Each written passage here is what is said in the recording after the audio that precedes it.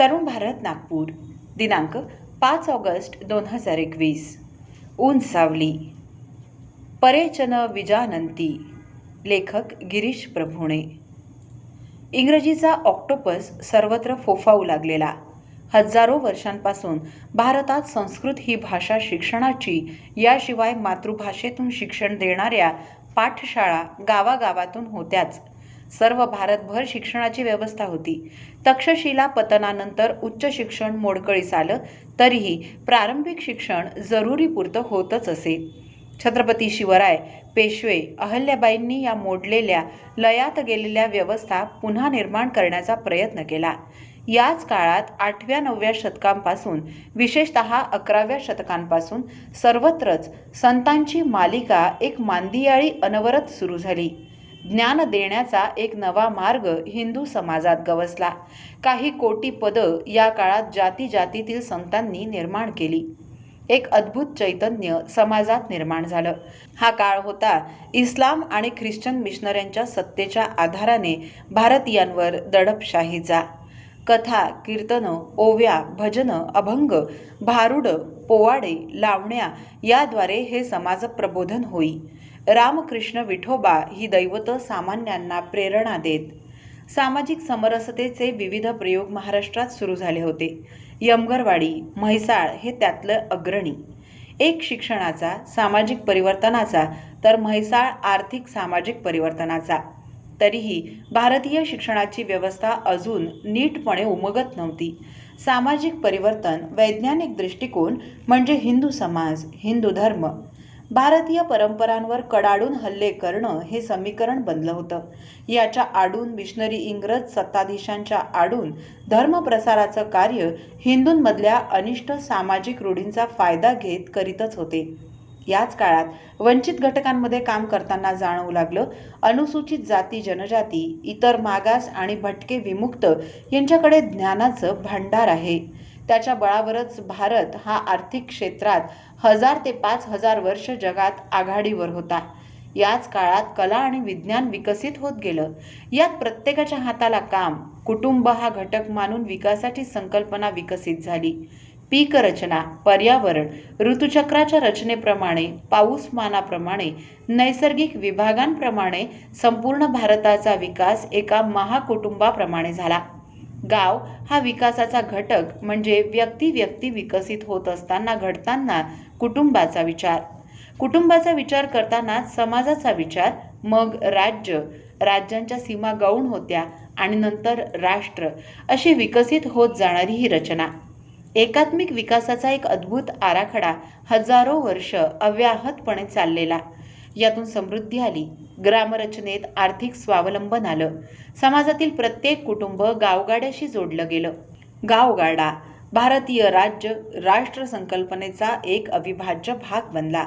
भारतीय उपखंडातील समृद्धी, कला, कौशल्य, विविध ज्ञानमार्ग, तत्वज्ञान, वैदिक, बौद्ध, जैन, लिंगायत, शैव, वैष्णव, सांख्य, लोकायत यात एक सनातन धर्म, धम्म प्रवाह अनादी काळापासून वास करीत आला.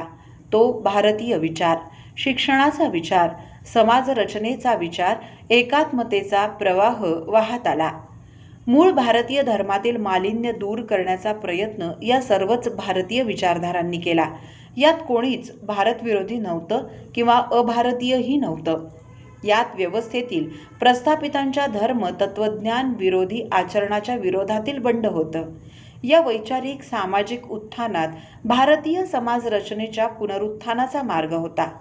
तथागतांनी सुद्धा याच विचाराने अस्य धम्मो सनातनो असा घोष केलाय.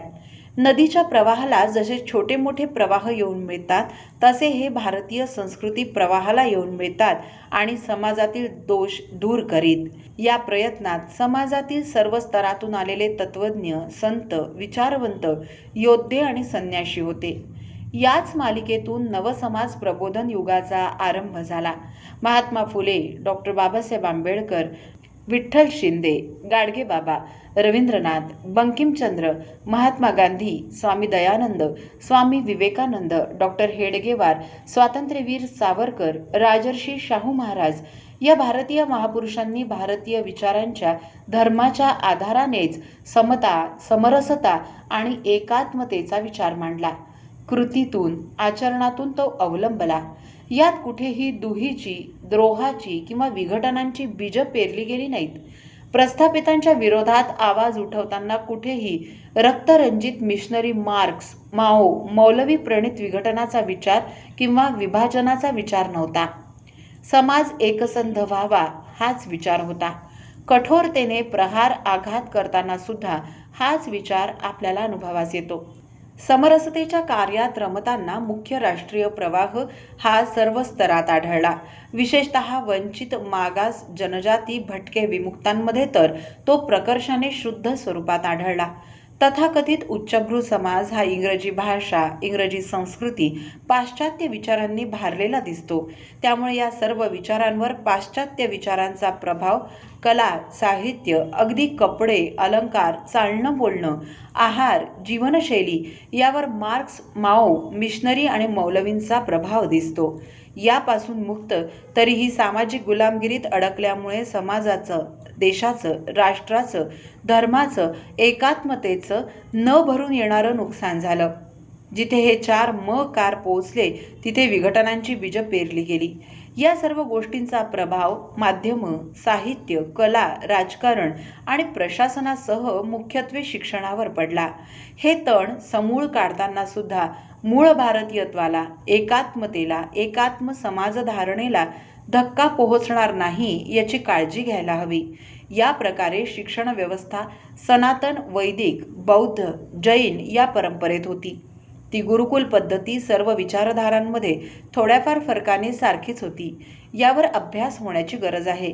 धर्मपाल विवेकानंद, महात्मा गांधी, डॉक्टर आंबेडकर, महात्मा फुले, डॉक्टर हेडगेवार अशी एक प्रवाही विचारधारा समरसतेतून निर्माण झाली आहे. याचाही मुक्त मनाने विचार व्हायला हवा. भारतातील प्रबोधन युग 19व्या शतकात सुरू झालं की ते चक्रधर, कबीर, ज्ञानेश्वर, नामदेव, तुकाराम या संतांच्याच काळात सुरू झालं हेही पाहावं लागेल. हे पाहताना आधुनिक काळातील पाश्चात्य सामाजिक पडझड कशामुळे झाली, 2 महायुद्ध का लादली गेली याची सामाजिक कारणं शोधायला हवीत. रशिया आणि चीनमधील कोट्यवधींच्या हत्यांचाही विचार करायला हवा. विकासाचा विचार करताना पृथ्वीच्या विनाशाची बीजं या पाश्चात्य विचारात, या जीवनशैलीत कशी आतूनच रुजली आहेत. या सर्व 20व्या शतकातील विनाशकारी अनेक घटना, प्रसंग जीवनशैलीचा, भारतीय परंपरांचा विचार करताना करायलाच हवा. भारतीय उपखंडाची अखंडता, समाजाची एकात्मता, भाषांचं स्वातंत्र्य, सामाजिक स्वातंत्र्य या सगळ्याचा विचार जगाच्या कल्याणाच्या संदर्भात करायला हवा. आणि मग आजच्या घडीला सर्व भारतीय समाजाच्या अखंडतेचा विचार करून शिक्षणापासूनच सुरुवात करायला हवी. नव्या पिढीकडे नवा भारत आपण कसा ठेवणार आहोत याची आचरण पद्धती सर्वसमावेशक समरसतेची कशी बनेल हे पाहावं लागेल. या दृष्टीने राष्ट्रीय स्वयंसेवक संघाच्या कार्यपद्धतीकडे कोणताही चष्मा न लावता पाहणं गरजेचं आहे. सर्वसमावेशक कार्यपद्धती कशी विकसित झाली याचं उत्तम उदाहरण म्हणजे संघ आहे. भारतीय समाज, भारतीय संघराज्य, भारतीय भाषा, विषमता विरहित समरस भारत निर्माण करण्याकरता एक आचार पद्धती संघात विकसित झाली आहे. याचाही समाजशास्त्रीय पद्धतीने अभ्यास व्हायला हवा. सर्वच भारतीय वैश्विक समस्यांवर यातून उत्तर सापडू शकतं, ते या वैश्विक भारतीय विचारातूनच.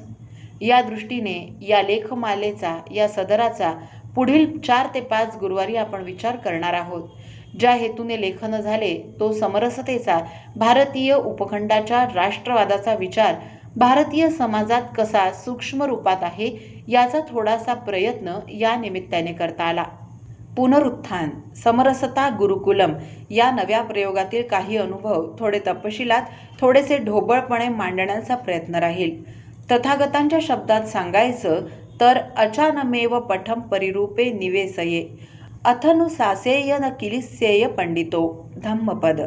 आधी आपण स्वतःला योग्य, समाजाला, धम्माला योग्य अशा गोष्टीत गुंतवून घ्यावं आणि मग दुसऱ्यांना सांगावं.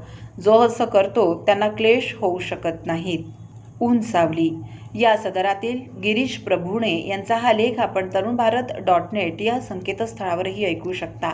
असे संवेदनशील विचारांचे आणि माहितीपूर्ण लेख ऐकण्यासाठी तरुण भारतच्या यूट्यूब चॅनलला लगेच सबस्क्राईब करा. लाईक आणि शेअरही नक्की करा. धन्यवाद.